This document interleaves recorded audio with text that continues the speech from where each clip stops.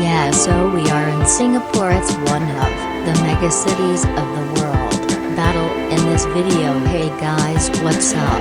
And this video we're going to talk about Singapore. Singapore is a city-state and island country in Southeast Asia of southern Malaysia. It was founded as a British trading colony in 1819 and since independence in 1965 it has become one of the world's most prosperous and tax-friendly countries. Singapore enjoys a tropical rainforest climate with no distinctive seasons. No wonder it lies just 1 degree north of the equator. The country is known for its transition from a developing to a developed one in a single generation under the leadership of its founding father Lee Kuan Yew. Today Singapore is one of Asia's tigers, along with Hong Kong, South Korea and Taiwan. The city-state is home to 5.6 million residents. There are 4 official languages: English, Malay, Mandarin, Chinese and Tamil. Most Singaporeans are bilingual and English serves as the nation's lingua franca. Singapore Changi Airport was opened in 1981 and is now rated as the world's best airport by Skytrax for the 6th consecutive year since 2013 and is one of the world's busiest airports by international passenger and cargo traffic. More than 58.7 million passengers have landed in Changi Airport in 2016. It's so huge and modern that it even has movie theaters in Terminals 2 and 3, and it's all for free. Can you believe that? Now let's take a look at different parts of Singapore. Orchard Road is Singapore's most famous shopping district. It's a 2.2-kilometer long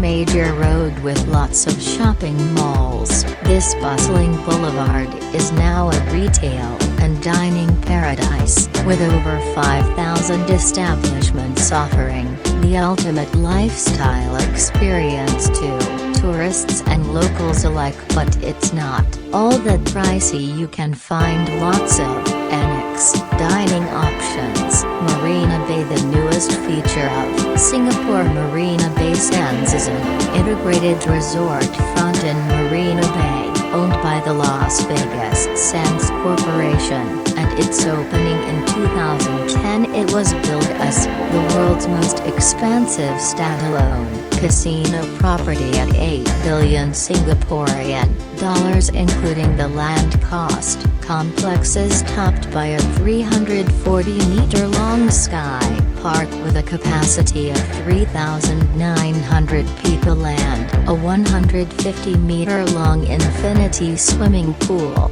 sat on top of the world's largest public platform. Rooms of this hotel start at $400 a night. Nearby the newly opened Gardens by the Bay is a futuristic park, which consists of 3 water park gardens, including giant artificial trees that glow in the nighttime. The towering 50-meter-tall trees within the super tree grow are brilliantly illuminated with a kaleidoscope of colors, making for a memorable experience. The Garden Rhapsody Lights show is wonderful and totally free, and it takes place twice during night at 7:45 and at 8:45 p.m. Just take a look at this. Don't forget to take a ride in the world's second highest observation wheel, the Singapore Flyer, at 165 meters. It missed the first place by just 2 meters. Esplanade Theatres on the Bay, Singapore's equivalent of Sydney's famous opera house, except that the 2-lobe spiky Singaporean version deliberately bears a striking resemblance to the durian, a tropical fruit notorious for its shoppador and opera, dance, classical concerts and similar entertainment is offered daily. You can find live music, concerts, live shows and so much more. she could still be. Make sure you visit Chinatown, where you can find the Chinatown Heritage Center. Visit the Buddha Tooth Relic Temple and Museum. The central streets of Chinatown are packed with stalls selling all sorts of Chinese trinkets. Little India is another district, and it's located north of the city core. It's the center of the large Indian community in Singapore. Little India retains its distinct identity without degenerating into a mere tourist attraction. Sentosa Island, before it was known as Sentosa, this island just off Singapore southern coast, was a British military fortress when the Japanese occupation in the Second World War was over. Singapore returned to the British rule, and the island was renamed Sentosa, which translates to peace and tranquility. Today Sentosa is the closest that Singapore gets to Disneyland, with a casino, Universal Studios Adventure Park, and cable cars. Among Singaporeans, the main popular reason to go to Sentosa is to heat the beaches Solo, Palawan, and Tanjong from west to east, respectively. Unfortunately, the water here is rather murky due to the never-ending parade of ships across the straits. The main business district is the Marina Bay Financial Center. It's a mixed-use development located along Marina Boulevard and Central Boulevard at Marina Bay. Pass papers in Singapore cannot be higher than 280 meters. There are presently 3 buildings of that height, despite the fact that Singapore is often referred to as a concrete jungle. The truth is, there's an abundance of greenery in almost every area of the city. Almost half of the territory of Singapore is covered by vegetation and parks, the most famous of which is the Singapore Botanic Gardens. It's a 158-year-old tropical garden located at the fringe of Singapore's Orchard Road shopping district. That's one of the 3 gardens and the only tropical garden to be honored as a UNESCO World Heritage Site. The National Orchid Garden is at the forefront of orchid studies and a pioneer in the cultivation of hybrids, complement in the nation's status as a major exporter of cod agates. The large ponds of Town Valley in the gardens are a popular spot for picnics and outdoor concerts. Singapore is also referred to as the Garden City for its tree-lined streets and green efforts and independence. The rain trees along the roads are easily recognized by their massive, umbrella-shaped, wide-spreading crowns, which can reach 20 to 30 meters across. There are lots of hidden gems in the city, places like Rifle Range Road. It's a popular 13-kilometer jogging and cycling route where you can actually run into monkeys. How cool is that? Singapore is incredibly clean. Even chewing gum is banned in Singapore and can only be bought from a pharmacy for medical use. Some public elevators come equipped with urine detection devices that set off an alarm and close the doors until the police arrive. Spitting isn't allowed. Either do it in any public place in Singapore and you'll be slapped with a fine of up to $1,000. Same goes for littering when it comes to nightlife. Clarke is a favorite of mine, locals and tourists. It's one of the best locations in the city, set around a picturesque body of water and the shadow of the towered Central Business District. Skyline in the background, row upon row of bars and restaurants line the beautiful boulevards, offering great alfresco dining.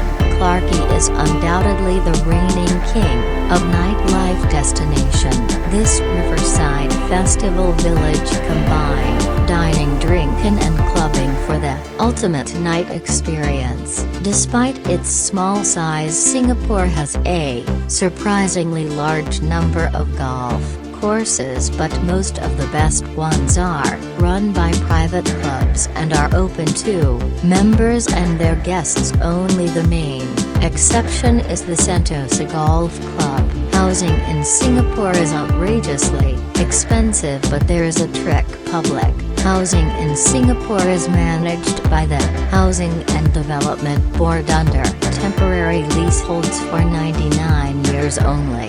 82% of the resident population live in such government-subsidized houses. Only Singapore nationals and permanent residents can avail of the subsidized housing. There's no slums and no ghettos, no bad areas in Singapore. All the residential buildings I came across look modern and very decent. Price per square meter in the city center is a staggering $16.5 thousand. Public transportation is excellent. Traveling from one part of Singapore to another is a breeze thanks to a highly penetrating public transportation system. Buses are by far the most common form of transportation, followed by the MRT, mass rapid transit and taxis. Public buses serve almost every part of Singapore, making it the most extensive form of public transportation, while the MRT provides speed and efficiency, especially during peak hours. The subway stations are clean and usually equipped with free toilets and have platform screen doors between the train and the platform. Car rental is not an option you want to look for in Singapore. It's pretty expensive. You're looking at $100 a day for the cheapest car, and I only rented a car just to get some road footage, but otherwise I wouldn't do that. Okay, so renting a car in Singapore, you will have to know this one thing: you will need to have a cash card. They call it so. This card right here, you can top it up and get it at any gas station or any 7-Eleven. So basically every time you use a toll road or parking or anything, you have to pay it. So now the balance is, you can see it's a 16.2 Singaporean dollars. Okay, so that's one thing to have in mind when renting the car in Singapore. If you decide to rent, bear in mind that in Singapore they drive on the left side. Just like in Britain, roads in Singapore are in excellent condition and driving habits are generally good, but most people follow in the traffic. Roads, cars are outrageously expensive to own. The government is trying to do everything to discourage people from buying cars. Volkswagen Golf might cost you over $100,000. That's because besides the retail price, you'll have to pay registration fee, certificate of entitlement and so much more. But there is no shortage of luxury and exotic cars, even though the fastest you can drive here is only 19 kilometers an hour and expressway. Average monthly salary after taxes is $3,000. In general, prices in Singapore are about twice as high as they are in Thailand or Malaysia. There's no Uber anymore. It's been replaced by Grass, so it's a good idea to download Grab app before arriving. Rides are reasonably priced, anywhere from $7 to $12. Crime is basically non-existent, and crime rates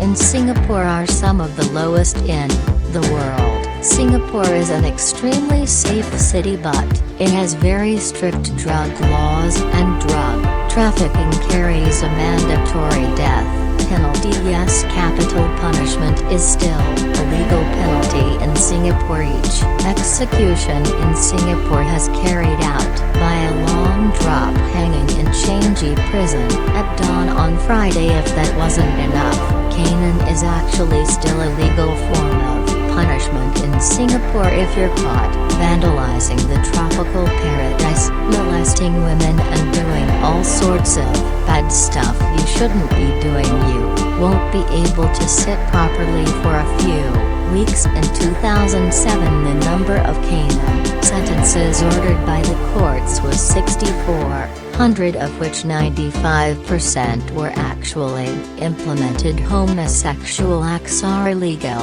in Singapore. Singapore is officially the country with the smartest high school kids in the world. They collectively top the global math and science education ranking by the Organization of Economic Cooperation and Development. Singapore is a melting pot of cuisines incorporating a rich heritage of food dishes consisting of Chinese, Indian, Malaysian, and Indonesian influences. You can try these dishes and the hawker centers and into food courts of shopping centers. Most Asian cultures are rice or noodle focused. Abide in Singapore, they're both, whether eaten straight, blended into juice, or used as a topping in a shaved ice dessert. A wealth of tropical fruit is an important part of the Singaporean diet. There is of course the famously stinky urea, which Singaporeans cannot get enough of. In Chinatown you can visit the famous Hong Kong soya sauce chicken, rice and noodle. It's a street food stall owned and run by Chan Hong Man. In 2016, it became one of the first street food locations in the world to be awarded a star in the Michelin Guide. The Merlion, half fish half lion beast, is a fitting symbol of Singapore. Let's face it, Singapore is commonly long way today. The city ranks highly in numerous international rankings and has been recognized as the most technology-rated nation, world's smartest city, world's safest country, the third largest foreign exchange market, third largest financial, and the second busiest container port. It's hard to believe that in 1964 they had racial riots here and people lived in poverty. Today Singapore has the third highest GDP per capita, and the passport of Singapore is second in the world after Japan for visa-free travel granted by most countries to its citizens. Tell me in the comments what you like most about Singapore. Thanks for watching and stay tuned, more videos are on the way. So how is that? Why there are so many expensive cars in Singapore? Well, a lot of rich people here. This is what I can. How do they make their fortunes? Depends. Those very funny they are, most of them developer. You know the amygdala's part of go from the rest. The safety on the streets and very low crime rate. Yeah, okay, yeah. How actually what are the real estate prices here? If you want to buy an apartment, saying you know in a place like this, what would it go for?